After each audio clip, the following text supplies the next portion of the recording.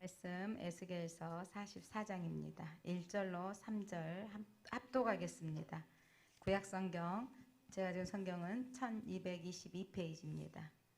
에스겔서 44장 1절로 3절 합독합니다. 시작. 그가 나를 데리고 성소 동쪽을 향한 바깥문에 들어오시니 그 문은 닫혔더라. 여호와께서 내게 이르시되 이 문은 닫고 다시 열지 못할지니 아무도 그리로 들어오지 못할 것은 이스라엘 하나님 나 여호와가 그리로 들어왔음이라.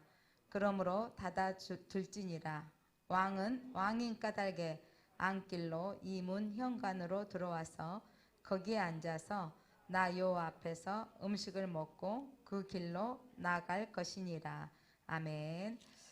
예, 에스겔서의 큰 틀로 보자면 하나님께서 포로로 끌려간 에스겔의 직분은 제사장이었지만 포로로 끌려가서 제사장 직무를 감당할 수 없는, 그러니까 그 상황에 놓여 있는 에스겔을 하나님께서 강권 쪽으로 그발 강가에서 하나님의 영이 임해서 하나님을 만났습니다. 그리고 이스라엘이 멸망된 이유가 무엇인가를 알려주셨고요. 그리고 그 이스라엘이 멸망당했을 때 주변 국가들, 쓰임 받았던 나라들, 애굽으로 비롯해서 암몬, 주변에 아수르 또 바벨론, 이 주변 모든 국가들이 하나님께서 그들 또한 하나님께서 심판하시는, 이스라엘을 심판하시고 주변 국가도 심판하신 하나님은 모든 열방의 하나님인 것을 보여주시고, 그러나 포로로 끌려갔던 그들을 다시 회복시키시겠다. 그래서 회복시키시겠다. 그래서 회복되어질 예루살렘 성전에 대해서 불타버렸고 회파되어지고 없어진 그 성전이 이제 다시 세워질 것을 에스겔에게 몸은 여기 있으나 영으로 예루살렘 땅에 가게 하셨고, 그곳에 하나님께서 에스겔에게 새로운 성전의 투시도 같이 보여주신 거예요. 설계도로 투시도를 보여주시고 그것들을 측량하게 하시고, 그래서 에스겔을 통해서 이 보여주신 성전은 여러분, 그 이스라엘 백성들 안에는요 오랫동안 솔로몬 성전, 하나님의 이름이 거하시는 곳, 하나님이 임하시는 곳, 그 성전이 있으므로 우리는 안전하다고 했는데 그 성전이 불타고 없어지고 이제 떠나보면 다 뭐가 생기냐면 애국심이 생겨요. 우리가 해외여행 가더라도 이런 거 있죠. 갑자기 뭐 그렇게 특별히 막 방송에서 경상도 오리막 하지만 실질적으로 별로 못 느끼잖아요. 그런데도 또 뭐 정치적으로 색깔로 이렇게 하게 나오긴 하는데, 해외 나가면 동서가 없어요. 뭐가 되죠? 우리가 한국 사람이라는 거. 그렇게 그리고 해외 나가면 그렇게 한국에서 무슨 일이 일어나면 걱정을 하고 염려하는 거예요. 그러니까 나라에 대한 애국심이 생겨지는 거죠. 무슨 말이냐면 이스라엘이 포로로 끌려갔는데 언젠가 에레미야를 통해서 돌아갈 거라고 생각하는데 그들의 마음의 고향이 사라져 버렸어요. 성전이 불타고 없어버리고, 그리고 세월은 지나고 있는데 어떤 기미가 안 보이는 거. 10년, 20년, 30년이 지나가는데, 그럴 때 하나님께서 이 에스겔을 통해서 이 성전 투시도 그리고 백성들에게 알려주라고 하는 거거든요. 그래서 이걸 보여줬다는 것은 이스라엘에 대한 회복이요, 또한 이 성전을 통해서 하나님께서 이 그림을 보여주면서 소망을 주시는 거예요.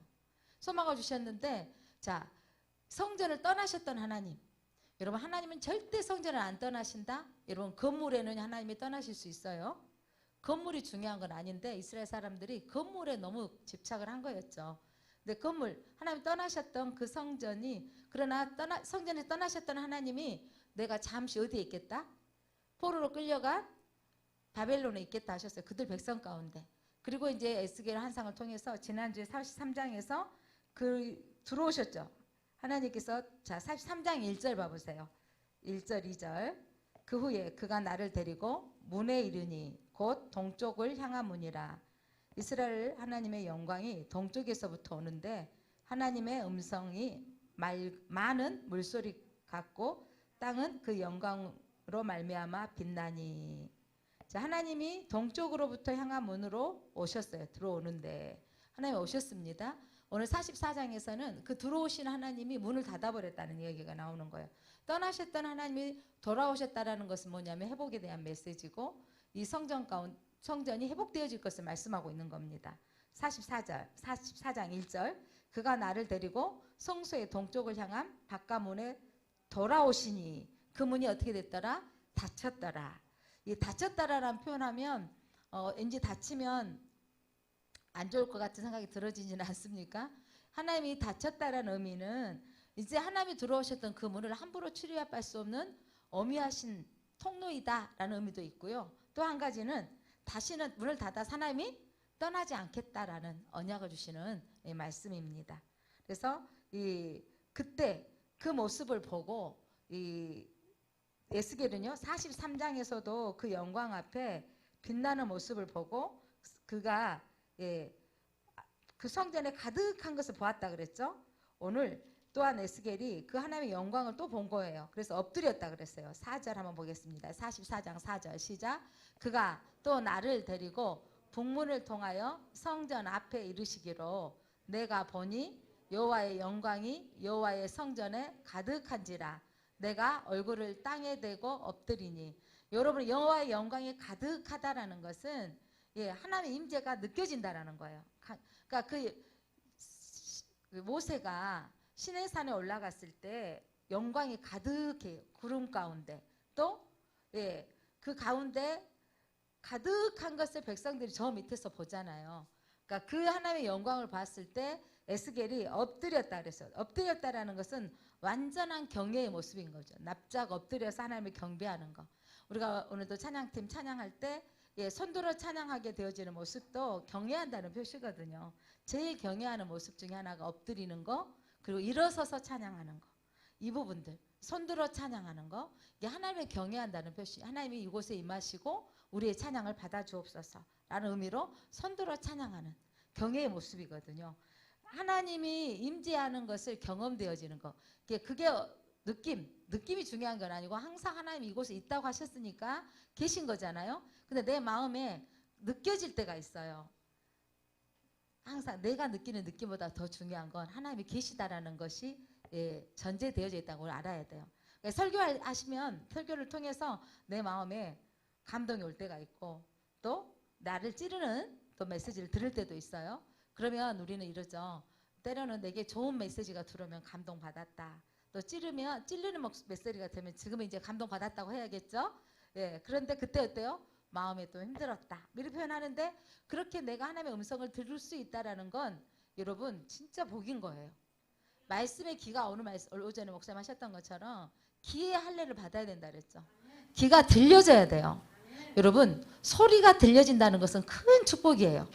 어떤 소리가 들려지느냐. 많은 소리가 있는데 그 소리에 여러분 그러니까 청음이 발달되어지는 사람들은 이 악기가 연주되어지면 저는 막 그 간현악 막 썩 좋아하지는 않지만 예전에 양규가 발표회 하면서 좀 이제 아들이 그 연주하니까 보니까 몇 번 가니까 조금 들려지더라고. 왜냐면 그 틀어놓고 양규가 이렇게 가끔 엄마 바이올린 소리 들려? 엄마 첼로 소리 들려? 이러면 처음에 진짜 하나도 안 들려요. 저는 그냥 막 한 번에 음악이 다 나오는 것 같다 하는데 그 소리가 들려지는 거예요. 바이올린 소리가 들리고 첼로 소리가 그러니까 주의자는 여러분 대단한 게 저는 주의자는 그 모든 소리를 들어가지고 딱 이러잖아요. 주의하다가 탕탕탕 저 악기 다시 해 막 이러잖아요. 대단하지 않아요? 그러니까 주의자는요 탁월한 청음이 있어야 되는 거. 모든 악기 소리가 지금 다 들리는 거. 누가 우리 표현으로는 제가 잘 못 표현은 삑살이 나면 바로 알아채는 거죠. 바로 알아채가지고 다시 이렇게 하잖아요. 그러니까 그건 그분의 탁월함이 있는 거예요. 그러니까 나름대로 탁월함이 있는 게 뭐냐면 제가 우리 예전에 엄마 김치 담으시면 맛을 보라 그러잖아요. 그럼 제가 하여간 엄마 이거 너무 짜고요. 너무 달고 이러면 하도 못한 것이 맛은 제대로 안다 이러시거든요. 그런데 맛을 느끼는 내가 맛을 아는 것도 중요한 거예요. 그 반찬의 맛도. 그러니까 어떻게 하느냐, 무엇을 관심 갖느냐에 따라서 사람들은 금방 알아채미 있는 거예요. 그러니까 누군가가 관심 있는 악기에 뛰어난 사람은 악기. 또 노래하신 분들 요즘 우리나라 무슨 이렇게 대회가 많이 나오잖아요. 트로트도 하고 일반 가수도 하는데 저는 그분들 잘하는 것도 대단하지만 앞에 심사위원들 나와가지고 한마디 하는 거 보면 그 평가하는 그들이 그 소리에 대한 듣고 그 소리에 대해서 뭐 찔렀다 하면서 뭐 어디 뭐 고음을 냈다 하는데 뭐 그런 것들을 잘 듣잖아요. 이제 아마추어지만 우리도 잘하고 못한 거 정도는 좀 알지만 그러나 몇 도 딱 듣고 뭐라 하냐면 몇 도까지 올라갔다 이런 거 있죠. 기가 막히더라고요. 저는 막 그게 몇 도인지는 어떻게 알겠어요. 그런데 찔렀다 몇 도까지 올라갔다 듣고 나자마자 막 대단하다 이렇게 막 나오잖아요. 그게 이제 전문가인 거죠. 그렇게 자기 분야의 전문가들은 눈에 딱 보면 아는 거 있잖아요. 자, 하나님 안에 우리가 진짜 소리를 많은 음악 소리도 들을 줄 알고 사람의 소리 들어야 되는데 하나님의 소리를 들을 줄 아는 사람이 진짜 복 있는 거예요. 그러니까 제가 음악 소리는 못 듣는데 하나님의 소리를 잘 듣습니다. 그 소리가 뭐 배민수가 이런 게 아니라 오늘 말씀에서 오늘도 소리를 듣습니다. 무슨 내가 다시 열지 아니하리라. 내가 다시 열지 못하리니 내가 문을 닫아둘지니라. 하나님께서 이 닫아두신다는 표현 속에 내가 이제 떠나지 않겠다 이 말이에요. 이게 하나님의 음성으로 듣는 거죠. 아침에 오전에도 목사님 통해서 하나님의 말씀을 들리셨습니까? 예, 내가 새로 땅을 기경해야 되는데 나를 기경해야 될 것이 무엇인가 라고 내가 찾아가는 거예요. 그러니까 저도 말씀이 들려지죠. 아침에 목사님 통해서 설교자인데 담임 목사님께서 기도해 줘야 된다는 하시면서 예, 내가 지식으로 전하지 않게 하시고 하나님의 음성을 듣고 전하는 자가 되게 하시고 성도들이 그 음성을 듣게 하옵소서. 그러니까 중요한 건 여러분들이 진짜 귀를 기울여야 될 게 뭐냐면 여러분의 인생에 영적인 귀가 열리면 여러분 성공한 거예요. 여러분이 영적인 귀가 열리면 우리가 자녀들을 위해서 애통해하며 기도해야 될 거 뭐냐면 주님 한번 만나면 끝나요. 그러니까 주의 음성을 듣게 해달라고 기도해야 되는 거죠. 주님의 음성을 듣게 되어지면 주님에 의해서 살 수밖에 없는 겁니다. 그래서 여러분이 하나님이 오늘 떠나셨던 하나님이 이 에스겔 가운데 백성들한테 얼마나 위로가 되는 메시지인지 몰라요. 다시 들어오셨다. 43장, 44장 그 문이 어떻게 되졌다? 닫혔더라. 이제 떠나지 않겠다라는 거죠. 그래서 그 영광의 강력한 임재를 에스겔이 느끼고 엎드려 경배했다는 거죠. 여러분들이 강력한 임재를 느끼고 하나님을 만나는 신앙이 되어지면 이제 그분이 원하시는 모습대로 단번에 바뀔 수는 없지만 조금씩 바꿔지는 거예요. 그러니까 여러분 우리도 봐도 태도, 신앙생활 하는 태도 있잖아요. 말씀을 들으려고 하고 알아가는 기쁨이 있어. 이 마음이 있는 태도가 저분은 믿음이 커지겠다 이런데 의무적으로 와 있고 앉아 있고 그냥 왔다 가면 설교하는 목회자로서 얼마나 안타까운지.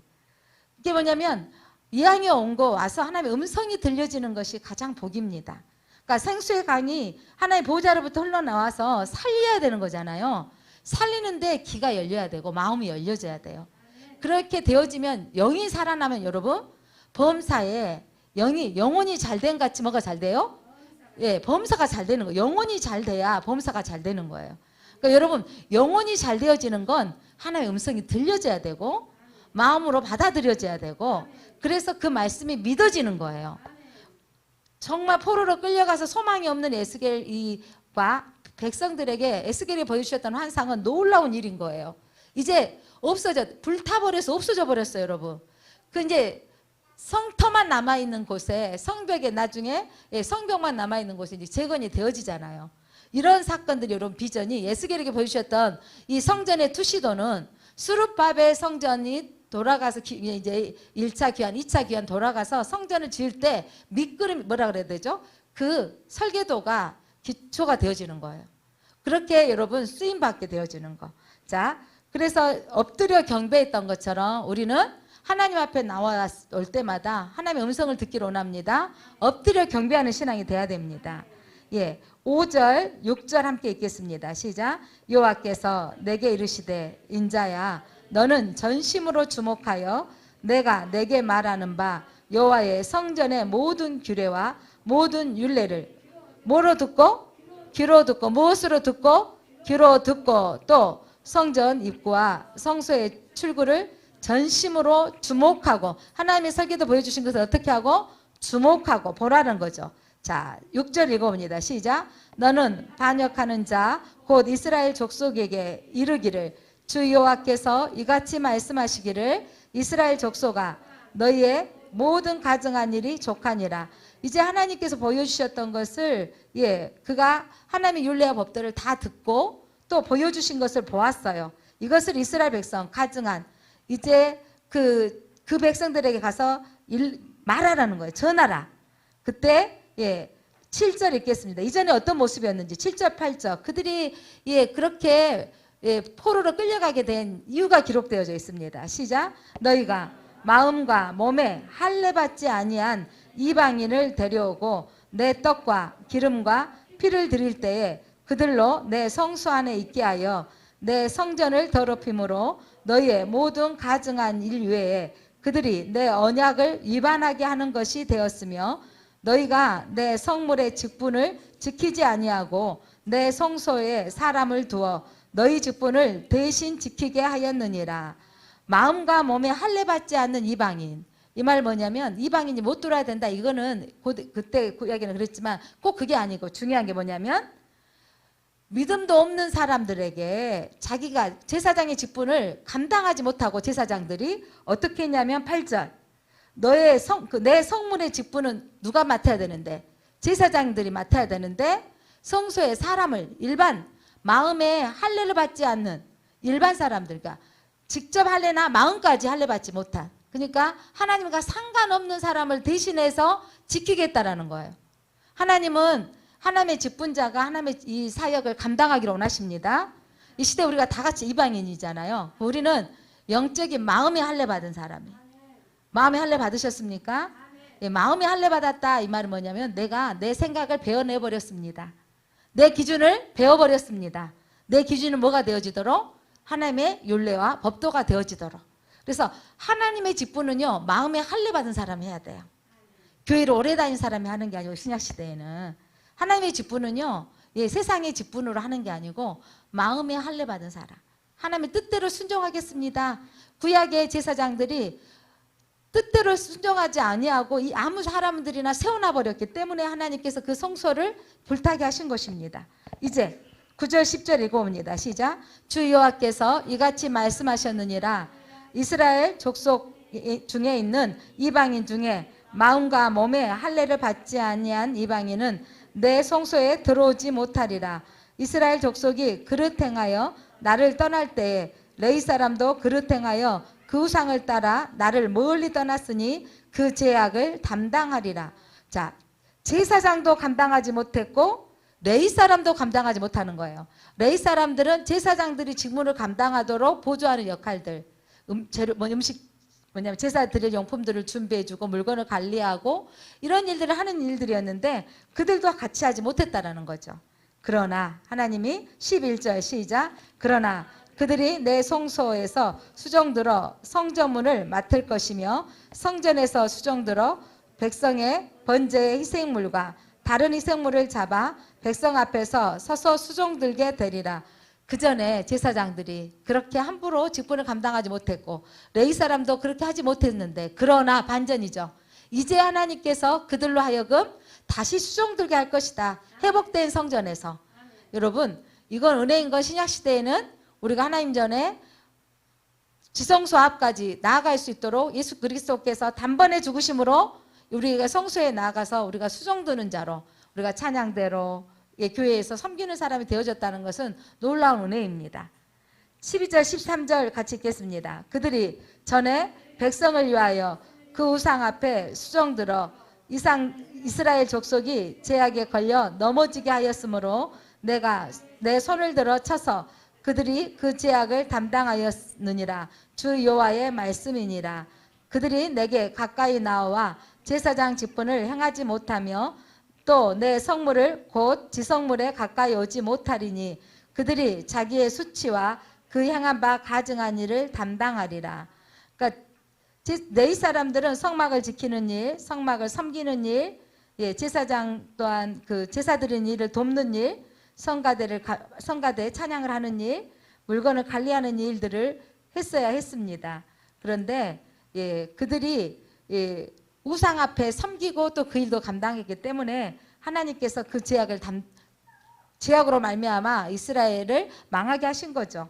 그런데 이제 하나님께서 그들을 지키게 하시겠다는 거예요. 14절 시작. 그러나 내가 그들을 세워 성전을 지키게 하고 성전의 모든 수종드는 자과 일과 그 가운데 행하는 모든 일을 맡기리라.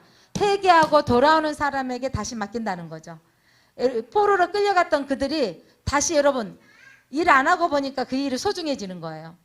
제가 청년 때 그 주일학교 뭐 교사 뭐냐면 학생회비 8시 드리고 주일학교가 9시 반에 9시인가요? 9시 드리고 또 11시 예배 성가대를 하고 오후에 또 뭐 찬양하고 또 저녁 예배 드리고 뭐 이렇게 하루 종일 교회에서 사는데 그 어느 순간인가 내 그 이런 게 있어요. 누가 좀 아이고 배 선생 너무 수고했네 이렇게 해주면 기분이 좋은데 아무도 안 알아주는 거예요.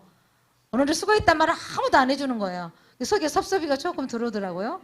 그러니까 다음 주에도 누가 나한테 수고해줬다고 한마디도 안 해주는 거예요. 그러니까 그 다음 주에도 또 섭섭이가 들어온 거예요. 그래가지고 한 달 내에 누가 한마디도 예전에는 어머 배 선생님 찬양도 잘하고 어쩜 이렇게 한다고 해주시는데 하나도 안 해주시는 거예요. 내가 그래서 뭐 한 줄 아세요? 내가 주일은 하나님 앞에 무서워서 교회는 안 나갈 수는 없다. 그런데 내가 주일학교 반사를 그날 못하겠다 하고 11시 예배만 안 썼는데 왜 안 왔냐고 아무도 안 물어봐 주는 거 있죠. 아니 아무도 안 물어봐 주니까 또 내 마음에 또 마음이 하여간 그런 적이 있었다니까요. 그래가지고 저기 또 찬양 오후에 그 성가대 연습을 끝나고 이렇게 성가대 연습하는데 아무도 또 왜 주일학교 교사를 오늘 안 했냐고. 왜냐면 성가대 교사팀이 다 성가대를 하거든요. 안 물어봐 줘가지고 속으로 너무 섭섭한 거예요. 근데 그 섭섭이가 살짝 들어오니까 이럴 때 우리 교회에서 아무도 안 알아주네? 안 나가? 이 마음이 생겨지더라니까요. 그런데 항상 그때마다 떠오르는 소리가 뭐였냐면 그 목사님 예전에 설교하실 때 항상 이러셨거든요. 자, 내 마음에 교회를 나오기 싫을 때 시험 들었다 싶을 때는 맨 앞에 와서 예배를 드려야 된다 이렇게 하시더라고요. 그때 맨 뒤로 가기 시작하면 더 마음이 이제 흔들려진다 이런 거 있죠. 그래서 누구도 안 알아주는구나 이러는데 나 혼자 일어나야 되구나 이러면서 그래도 내가 지는 거 교회를 안 나오는 건 안 되겠지 하고 또 지나가고 얼마 동안 지나가고 났더니 또 그러니까 그렇게 고비가 올 때가 있더라니까요. 뭔가 누군가가 아니 뭐 무슨 사정이 있는가 아무도 안 물어봐 줄 때 있잖아요. 교회를 안 하고 내 마음은 심란한데 어쩔 때는 물어봐서 귀찮을 때도 있지만 어쩔 때는 누군가가 좀 한마디 해줬으면 좋겠어. 터치를 한번 해줬으면 좋겠어. 그때는 어쩜 그렇게 아무도 터치를 해주지 않는지. 근데 하나님이 우리로 하여금 그 단계를 넘어서고 이기게 하시는 거더라고요. 그러니까 제가 그때 레마의 소리가 들린 게 뭐냐면 하나님의 메시지 어떤 성경 말씀보다 시험 들 때는 더 빨리 나와서 앞에 앉아야 된다. 이렇게 말씀하셔서 더 앞에 앉아서 예배를 드렸습니다. 그게 회복되어지는 건 좀 되더라고요. 바로 되어지진 않았지만 그래서 또 6일을 넘기고 하면서 제가 전도사가 되고 이렇게 여기까지 왔는데 여러분 우리 안에 그 마음이 오는데 하나님이 진짜 중요한 거 오늘도 이스라엘 백성들을 포로로 끌려가게 하셨는데 제사장들 니네들 죄 지적하셨고 레위 사람들 죄 지적하셨지만 하나님 우리 죄를 지적하시고 버리신다는 게 아니라고. 그러나 하나님이에요. 그러나 다시 어떻게 하리라? 수종들게 하리라. 그러나 다시 수종들게 하리라. 여러분 우리가 하나님 앞에 섬길 수 있는 거 찬양으로 섬기고 봉헌으로 섬기고 하나님 앞에 섬길 수 있다라는 거 이 수종드는 직분은요 하나님의 마음에 할례 받은 사람이 하기를 원하시거든요. 그래서 여러분 우리가 그 직분을 받았다는 건 진짜 복 있는 거예요. 직분이 때로는 나를 유지할 때가 참 많더라고요. 책임감 때문에. 그러니까 하나님 우리에게 직분을 주신 것은요 여러분 힘들라고 준 게 아니고 그 직분을 통해서 하나님을 섬기면서 믿음이 돈독해지라고. 그래서 그 직분을 우리가 귀하게 여겨야 됩니다. 귀하게 여기 소홀히 하지 뭐냐면 여러분 따라서 해보세요. 직분을 소홀하지 않는 것이 거룩이다. 여러분 하나님이 주신 직분을 소홀히 여기지 않는 거 이게 거룩인 거예요. 하나님이 주셨습니다. 그러니까 여러분 제사장이 자기 직무를 해야 될 것을 할례받지 않는 또 이방인들 마음의 할례까지 받지 않는 아무나 내가 세워지고 네가 이래 나로 안 해버렸다는 거죠. 우리가 우리의 직무를 감당하는 것도 거룩이에요. 그러니까 우리가 하나님 우리를 거룩하라고 세상에 보내셨는데 그 중에서 교회를 섬기도록 우리에게 직무를 주셨다는 거. 하나님이 때로는 채찍을 드셨어요? 채찍을 드셨지만 다시 회복하실 거라는 거죠.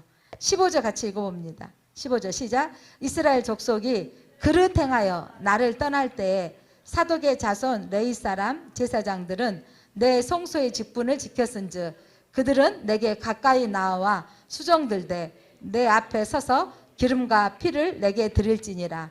주 여호와의 말씀이니라. 예전에 출애굽기에서는 주로 누구의 족속으로 나왔어요? 제사장 직무를 한다면? 아론의 자손들이 대제사장 직무를 감당하는데 이제 솔로몬 이후부터는요 사독 자손으로 나와요. 왜 이러냐면 사독 자손이 나오냐면 여러분 솔로몬이 왕 되어졌으니 될 때 아비아달 제사장이 반역을 일으키거든요.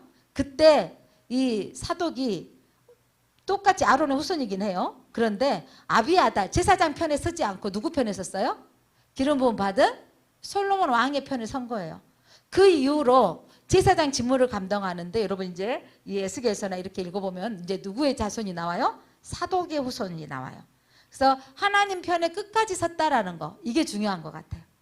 제일장로교 성도 여러분들이 여러분 끝까지 하나님 편에 서시기 바랍니다. 예, 하나님 편에 그들이 끝까지 수종들었다. 자, 16절, 17절, 18절 읽겠습니다. 시작. 그들이 내 성소에 들어오며 내 상에 가까이 나와 내게 수종들어 내가 맡긴 직분을 지키되 그들이 안뜰문에 들어올 때에나 안뜰문과 성전 안에서 수종들 때에는 양털 옷을 입지 말고 무슨 옷을 입고? 가는 배옷. 이것은 뭐냐면 제사장 옷이에요. 가는 배옷을 입고 또 머리에 또 18절 시작. 가는 관을 머리에 쓰며 머리에 쓰는 모자예요. 제사장 모자입니다. 또 무슨 바지를 입고? 배바지를 입고 땀이 나게 하는 것으로 허리를 동이지 말 것이며 그러니까 땀나지 않도록 허리를 동이지 않도록 하는 것입니다. 그들이 바깥 백성에게 나갈 때에는 수종드는 옷을 어떻게 하고? 벗어서 제사장 옷을 거룩한 방에 두고 이 앞전에서 한번 읽었죠? 다른 옷을 입을지니 그러니까 하나님의 성직자의 옷을 함부로 입고 밖으로 나가서는 안 된다 이 말이죠. 우리가 적용해 보기는 성가대 가운이나 헌금봉원 가운 입고 갑자기 화장실 가게 됐을 때 벗고 들어가시라고요. 예, 그런 부분들. 그러니까 이 부분이 이왕이면 구분시켜야 되는 거예요. 예배 드릴 때만 입는 옷이다라고 구별시키는 거. 그래서 하나님은 왜냐면 거룩하니 너희도 거룩하라고 구별되어진 옷을 입기를 원하셨고 함부로 옷을 취급하지 않고 그 방에 두고 나가서 다른 옷을 입으라는 거. 또 20절. 그들은 또 머리털을 밀지도 말며 머리털을 길게 자라게도 말고 그 머리털을 깎기만 할 것이며 이게 아니 밀지 마라 그래 놓고 자라게 또 하지도 마라 그래 놓고 머리털은 깎으라 이 말이 무슨 말이냐면 이 부분에 이방인들 그 제사장들 머리 있잖아요. 다 이렇게 머리 밀고 뒤쪽만 남겨놓고 이런 모습들 있잖아요. 그러니까 하나님의 제사장답게만 하지 이방인의 제사장 모습을 하지 말라라는 의미를 포함하고 있습니다. 그리고 결혼할 때는 포도주를 21절 제사장들은 안뜰에 들어갈 때 뭘 먹지 말고 포도주를 마시지 말 것이며 직무를 감당할 때 포도주를 마시지 말 것이며 또 22절 가부나 이혼한 여인에게 장가들지 말고 오직 이스라엘 자손에 누구하고 결혼해야 되고 처녀와 결혼하고 근데 한 가지 가부 중에는 어떤 가부하고는 할 수 있어요?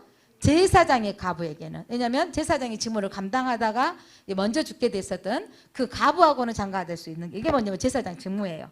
다 23절 시작. 내 백성에게 거룩한 것과 속된 것의 구별을 가르치며 부정한 것과 정한 것을 분별하게 할 것이며 제사장의 직무 가운데 하나 일적인 네모도 중요하지만 중요한 이게 패턴 이것이 하나의 중요한 것 같아요. 23절 다시 한번 읽어봅니다. 시작. 내 백성에게 거룩한 것과 속된 것의 구별을 가르치며 부정한 것과 정한 것을 분별하게 할 것이며 여러분들이 하나님의 백성으로서 거룩한 것과 속된 것 그러니까 거룩한 날을 안식일 주일은요 하나님의 믿는 백성의 표징의 날이에요. 예수 믿는 사람이 구별되어져서 성전에 나와서 예배 드리는 거 이건 어렸을 때부터 훈련시켜야 된다는 거예요.